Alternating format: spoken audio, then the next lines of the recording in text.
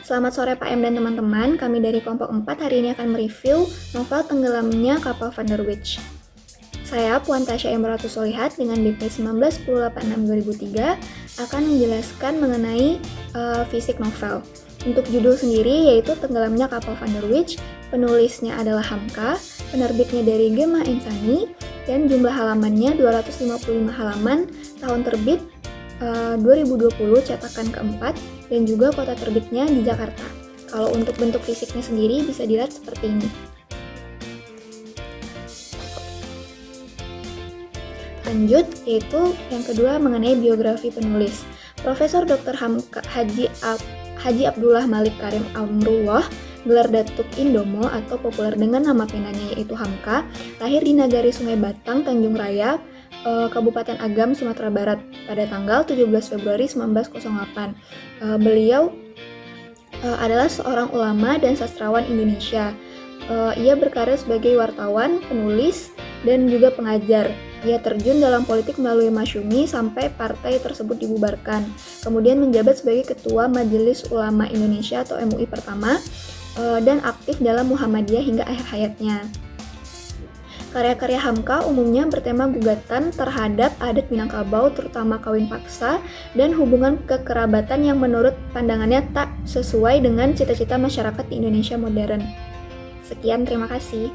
Saya Juni Santri Hasibuan dengan BP 19861003 akan mencoba menjelaskan secara singkat cerita novel Tenggelamnya Kapal Van der Witch. Jadi, Tenggelamnya Kapal Van der Witch merupakan suatu novel yang mengisahkan sepasang kekasih yang saling mencintai, namun mereka dihalangi dengan perbedaan latar belakang sosial.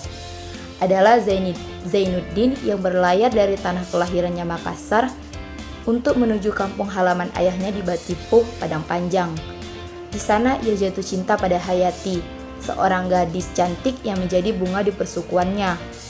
Namun, dikarenakan adat istiadat yang kuat merampas kebahagiaan cinta mereka berdua, Zainuddin hanyalah seorang pemuda miskin yang tak bersuku karena ibunya berdarah Bugis dan ayahnya berdarah Minang.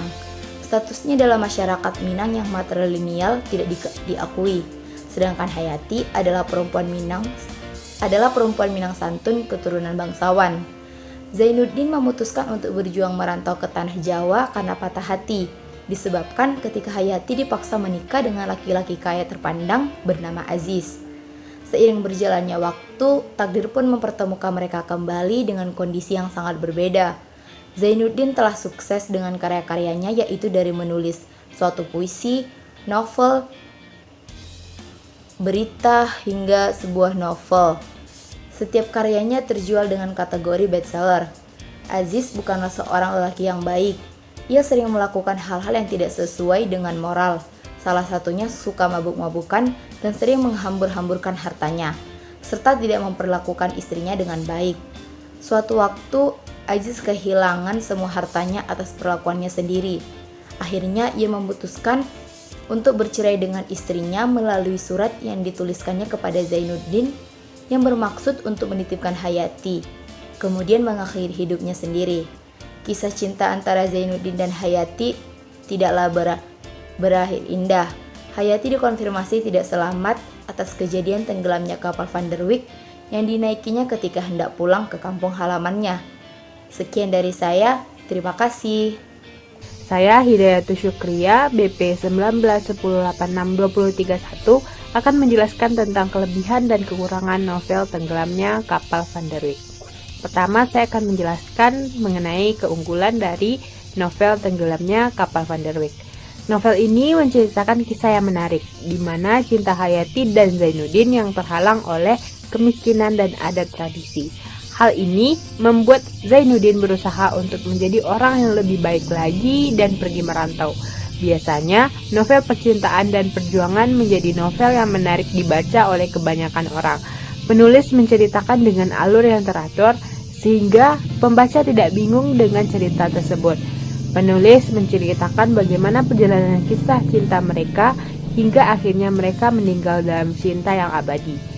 Penulis juga mampu membuat pembaca ikut larut dengan keadaan yang diceritakan dalam novel tersebut. Kemudian kekurangan dari novel ini adalah meskipun cerita dalam novel ini sangat menarik, tetapi pembaca kesulitan memahami cerita yang disampaikan karena bahasa yang tidak sempurna. Padahal novel ini telah beberapa kali dicetak ulang. Seharusnya editor penulis dapat menyesuaikan dengan keadaan bahasa saat ini, sehingga pembaca tidak kesulitan memahaminya.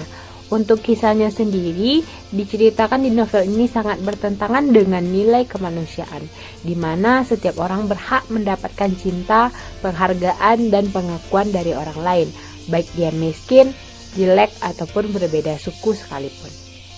Demikian yang dapat saya jelaskan, akan dilanjutkan oleh teman saya. Saya Fidela Atalia dengan nomor BP 1910863025. Dari novel Tenggelamnya Kapal Van der Wijk ini ada beberapa hal yang dapat kita pelajari. Di antaranya, janganlah sesekali mengucapkan sumpah yang berat kepada seseorang. Mengucapkan sumpah yang berat kepada seseorang akan membuat orang tersebut merasa terbebani dan merasa memiliki harapan yang tinggi. Padahal kita sebagai manusia tidak akan pernah tahu takdir seperti apa yang akan menanti kita di depan. Seperti sumpah Hayati untuk tetap setia pada Zainuddin sampai kapanpun akhirnya terkhianati. Hayati memilih menikah dengan Aziz agar memiliki kehidupan yang sejahtera. Zainuddin yang merasa terkhianati akhirnya terpuruk. Namun, ia tahu berlama-lama bersedih tidak ada gunanya. Sebagai manusia, kita harus mengetahui bahwa masalah hidup yang dialami bukanlah suatu kesialan, melainkan ujian untuk menaikkan derajat dan jenjang menuju kesuksesan. Zainuddin akhirnya berani mengambil langkah dan perlahan mencapai kesuksesan. Sementara itu, kehidupan pernikahan Hayati yang semakin porak-poranda menjadi bukti bahwa cinta tidak akan bahagia jika hanya melihat pangkat dan uang. Harta yang dipikirnya dapat membawa kesejahteraan ternyata tak pernah ada. Anugerah cinta yang indah memang semestinya diberikan untuk orang yang tulus dan murni. Sekian dari kelompok 4, terima kasih.